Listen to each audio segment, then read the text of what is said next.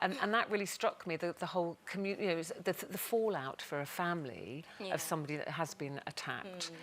People forget about that often, don't they? I think often when people commit crimes, they're thinking of themselves. They're not thinking of the victim. They definitely don't humanise the victim. And I think it's very, very important for things like this to happen. I'm a huge advocate of victim awareness as a form of rehabilitation, because I think that way they're forced to confront what they've done. The impact that crime has on an individual is not just on that person, it's on their families, it's on their community, as she stated, and even the perpetrator's family gets affected and become victims also. And I think it's so important for the person who commits a crime to be held accountable on every level to, you know, I think it's important. I agree, and I really applaud her for writing the letter. But of course, at the moment, we have victim statements read out after every trial. And when they are read out by the family, I find those, I think they're a really important part of the justice system. And although this letter makes some very good points, what I wonder is whether it will really change the attitude of the attacker.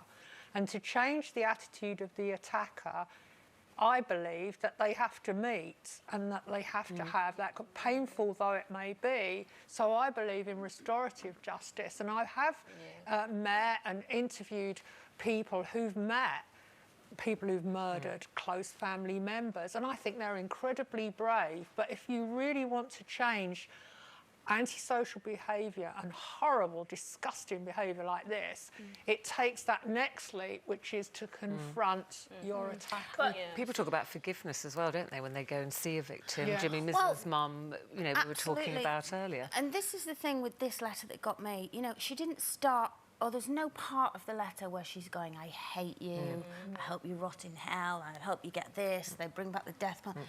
It's such a controlled, intelligent, emotive. I mean, it just made me think how strong she was.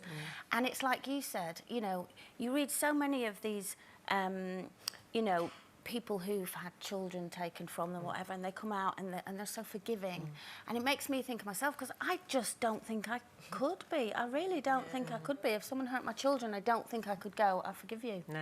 I don't think I ever would. And so these people kind of put me to shame. I loved how she talked about community, because from what I can gather, we don't have all the details and we have to be careful because it would be a court case. But from what I gather, people came out to help. And I think we all feel sometimes now a lack of a sense of community, especially in big cities, where you think, actually, if something happened to me, if I screamed, would anybody come? And people did. And she says here, my community will not feel that we are unsafe walking back home after dark. We will get on that last train home. We will walk up our streets alone, because we will not submit to the idea that we're putting ourselves in danger in doing so. Couldn't agree more. So, yeah, it's a very strong... Women don't feel that they're under threat, that society is becoming more violent and that somehow we have to modify our behaviour or what we wear or, you know, where we go at night. I think it's really important because we own the streets as much as the other people on the streets. So we've got to say they're our streets as well, and it's our city. And we're the majority, aren't we? So you say if the majority of the community say, we're walking, we're proud, and, you know, eventually you eliminate the people that would do these awful things.